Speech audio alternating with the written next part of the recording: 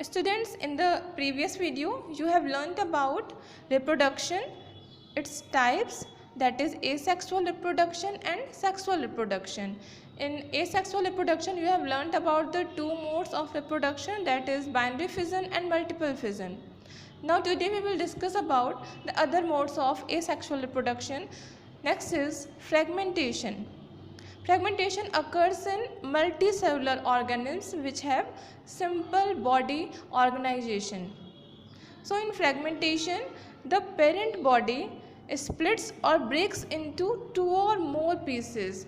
That pieces are known as fragments, and each fragment develops into a new individual.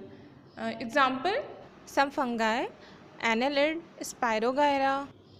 So in Spirogyra, when it gets favorable conditions like water, nutrients, when it gets water, nutrients which are favorable conditions, it starts growing rapidly and breaks up into many pieces that are called fragments. So these fragments grow into a new individual, and this process continues and they cover a large area in a short period of time.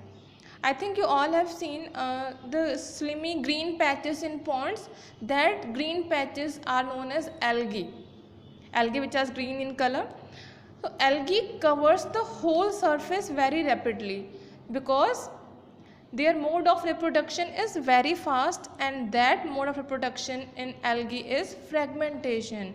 So due to fragmentation, they forms a chain-like structure and they covers very large surface or very large area in the pond in a very short period of time.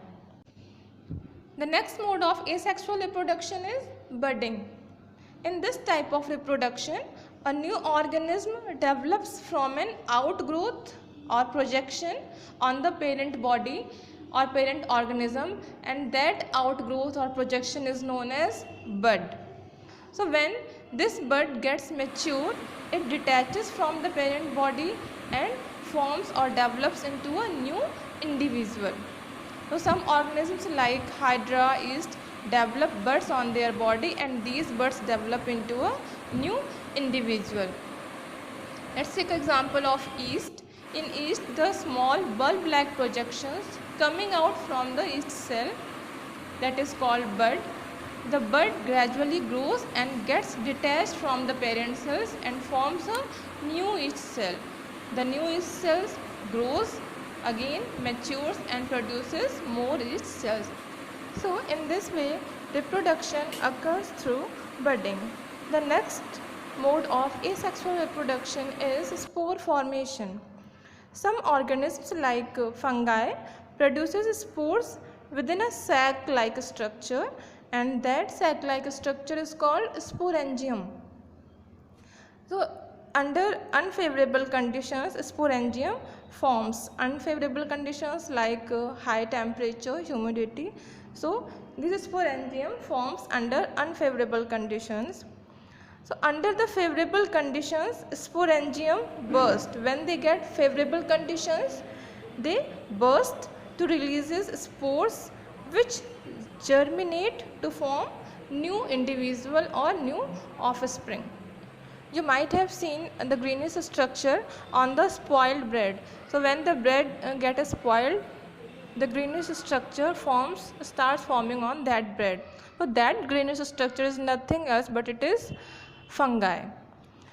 Because fungi are present in air, when spores are released in the air, they can cover long distances as they are very light. So due to this, they cover long distances or they spread over the large area. The next is regeneration. Regeneration occurs in multicellular organisms which have complex body organization. Complex body organization means that have organ system in their body. So in the process of regeneration, an organism regrows or regenerate their lost body part, that part which have already lost. So it can regenerate or it can regrow its lost body part. Regeneration occurs in vertebrates and invertebrates both. Students, you might have seen a lizard in your home. When a lizard loses its tail, it grows a new tail. So it shows regeneration. Regeneration can also be seen in hydra, planaria, lizard, starfish. Let's take an example of planaria.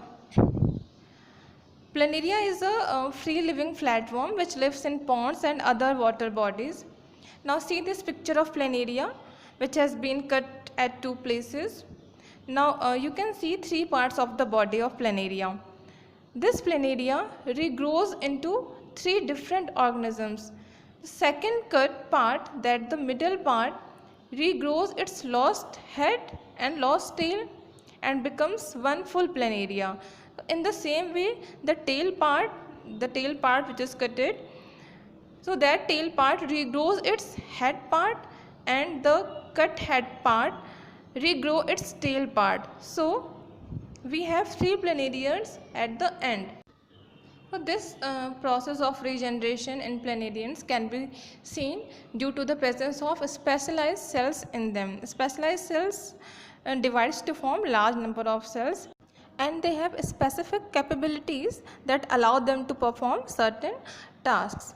Now regeneration process is not the real method of reproduction, because it occurs only when an organism lost its body part accidentally. So if an organism does not lose its body part, then no process of reproduction occurs in it. So it is not the real method of reproduction.